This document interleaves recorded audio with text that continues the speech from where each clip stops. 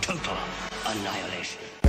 Illacast planetary kin, red overtone dragon make your barotherium spin. In the flesh with a band of merry men, innocent civilians Harry carry over yen. Is it the end or for pretend? I can neither condemn nor defend.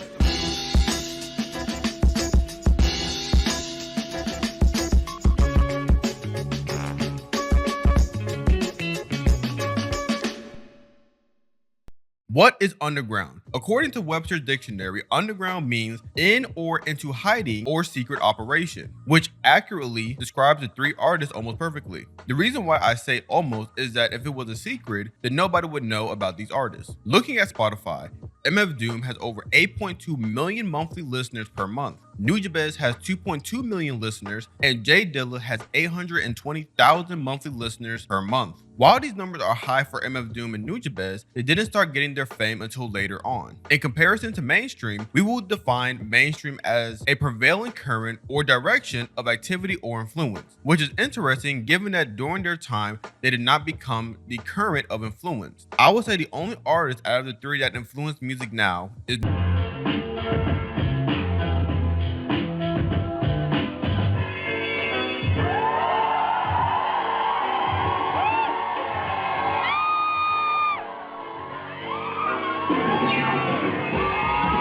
June, aka Nujabes, is one of my favorite artists of all times.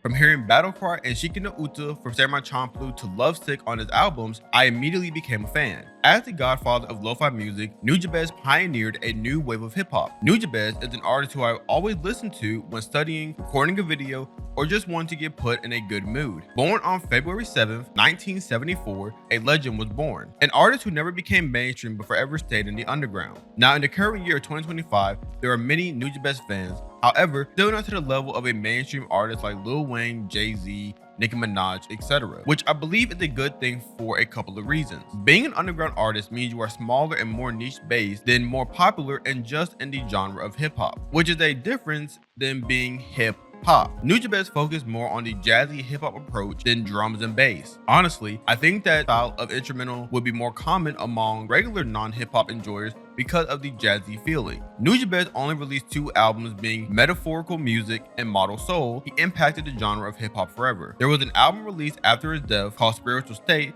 which is also another great project as well. Some of his most popular songs, being Feather, Lady Brown, Lovesick, etc., are one of a kind and can never be replicated. Now someone can say, Bugs, how can you say it'll never be replicated when he created a whole genre of hip hop? A very valid question. It can never be replicated because Nujabes is the blueprint. There will be artists who are considered lo-fi artists, which I think is fantastic and wish all of them the most success, but it'll never be like the original. The underground of music, especially hip hop, I feel like they are mad scientists. Mad scientists in the sense that they can create something so incredible that has never been done before. One of the saddest things is that we would never know the impact that Nujabes would have had if he was still here today. Would he have become a mainstream producer? Would he have changed the scope of hip hop forever? Don't get me wrong, Nujabes has already impacted hip hop drastically, but would he have impacted the genre more? At the end of the day, all we can do is speculate. The image that we have of Nujabes is a positive one, and I'm hoping that it stays that way forever.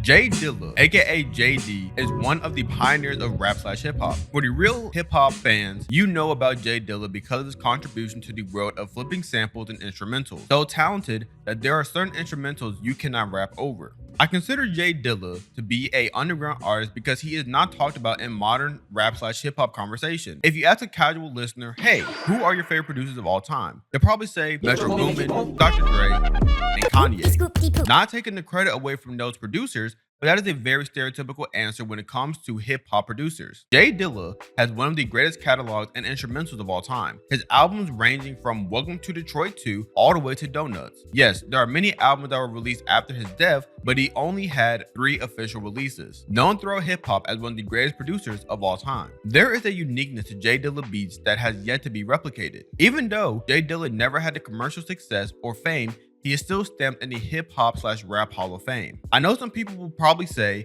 oh, it's because J Dilla is dead. That's why you put him in that category. Absolutely not. He has a certain magic that is timeless and is still looked at in all today. Some beats / flips that I consider to be insane, even by today's standards, will be Don't Cry, The Last Donut, So Far to Go, etc. There are so many beats that I cannot even give you a top 5, and quite frankly, his beats being so steezy, there is no incorrect top 5. Very similar to Nujabes, if you know ball, you know ball. In my opinion, it's a good thing that J Dilla stayed an underground artist because it gave him more appreciation after he passed. Let me explain. As someone who was not a J Dilla fan back when he was still alive, because I was 6 years old, I could never appreciate him. As I got older and started deep diving into hip hop and accidentally discovering J Dilla from an MF Doom song, I was hooked. That song being, if you know how hard that instrumental goes, you simply know. J Dilla's music provided a different view to creativity and what I viewed as hip hop. Seeing how a J Dilla beat could completely elevate an artist is one of the coolest things. Yes, every instrumental technically elevates an artist, but as I mentioned earlier, there's a certain steez and magic that comes from a J Dilla beat. Very similar in modern hip hop as an Alchemist sample. An Alchemist sample can show a completely different side to an artist or a new steez. Great example being the Life is Beautiful album featuring Larry June, The Alchemist, and 2 Chainz. This showed 2 Chainz rapping on non-trap beats, allowing the listener to see a different side to 2 Chainz rapping. Regardless, I think that the underground impact that J Dilla had on the rap / hip hop industry is something that cannot be replicated or would have occurred if he was mainstream. J Dilla has one of the saddest stories in hip hop, and his last album is a testament to how strong he is. J Dilla had TTP, aka thrombotic thrombocytopenic purpura. TTP is a blood disorder that results in blood clots forming in small blood vessels throughout the body, leading to kidney and brain dysfunction. And lupus. Lupus is a chronic autoimmune disease where the body's immune system mistakenly attacks healthy tissues and organs. J Dilla had no chance of a long life, but that did not stop him from creating a phenomenal last album, being Donuts. He made Donuts on his deathbed, and he ended up releasing the album 3 days before he passed away. 2 of the songs on Donuts, which leave a haunting feeling to me, is Don't Cry and Last Donut of the Night. Don't Cry is a message to the audience saying not to cry when he passes. When the vocalist in the song goes, it feels like it's wrong to be sad or cry over his death. The Last Donut of the Night is the last song that J Dilla recorded according to those close to him. This is the song that was described as a song that cannot be rapped over, which till this day remains true. The beat was so fire that there isn't a single artist that has successfully rapped over the beat. The Last Donut of the Night is the final goodbye to the audience, and for those who don't know, J Dilla had a love for donuts, so it was bittersweet in the end.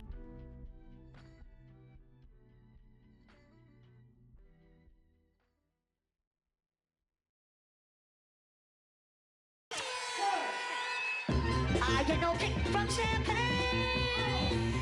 Mere alcohol doesn't thrill me at all.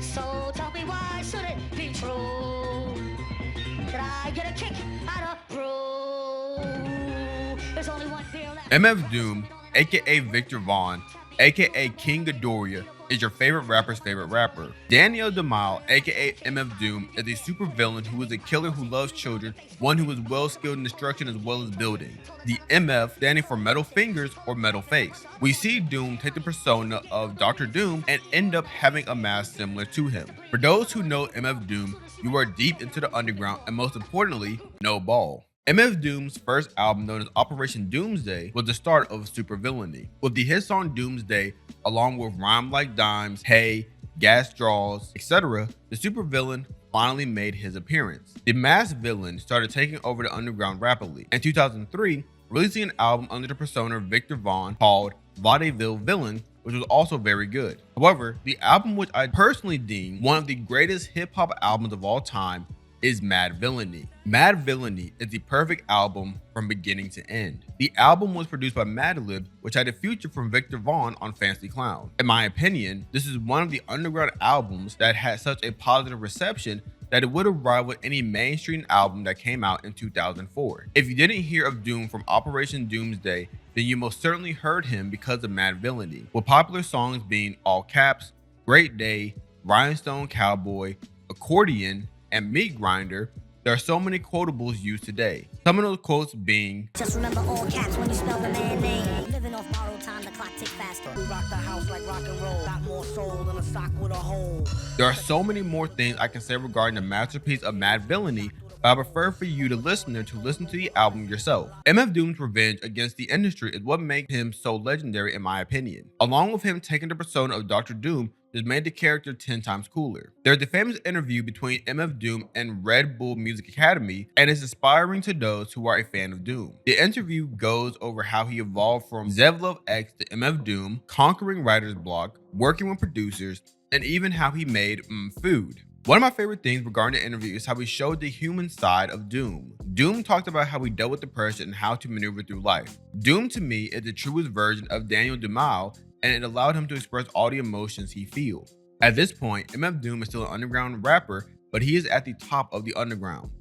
Food consisted of arguably his second or most popular song being One Beer. The intro pretty much being a drunk Doom rapping on the intro, and then we get a crazy song about one beer? I also think this contributes to the fan-made music video which featured Dr. Doom from the Marvel show. This made me want to look into who Dr. Doom is and go down a rabbit hole of Doom. Every song being named after food and Doom just doing what Doom does best, being a rapping supervillain. The next couple of albums that continue to grow the supervillain's reputation. The Mouse and the Mask, being the album released right after Food, is one that I consider underrated and underexplored. Same thing with the Born Like This album that came out 4 years later. Born Like This is an album that I feel is a more mature Doom. A Doom with a raspier voice and sounds more evil. Again, another underrated album that I would recommend to the viewer. So Bugs, if these are the accolades of Doom, why do you think he remained an underground rapper? My answer is that he never fucked with the hip-hop industry and he was not going to sell his soul for fame. Based on the persona of Doom,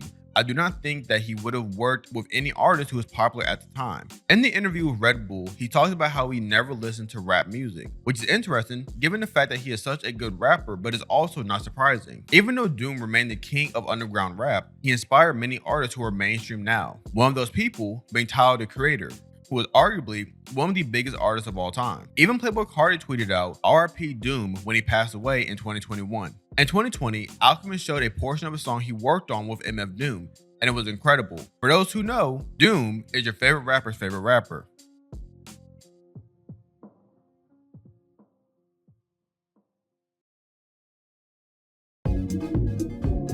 There will always be an underground rap scene, and I love that. To not sound like an elitist, I think there is a beauty in the underground and mainstream. I do think that the underground is a more raw and authentic version of rap, not manipulated by the politics and games of record labels and platforms. I hope this video did a good job of celebrating 3 artists who I believe are legends of the underground. Long live Nujabes, J Dilla, and Doom. I will have some albums for each artist that I would recommend to first-time listeners. Let me know in the comment section if you enjoy the music. For those who are already fans of these 3 artists, we will never forget them. It's been your boy Bugzey, and I'll catch you in the next video. See you later, Space Cowboy.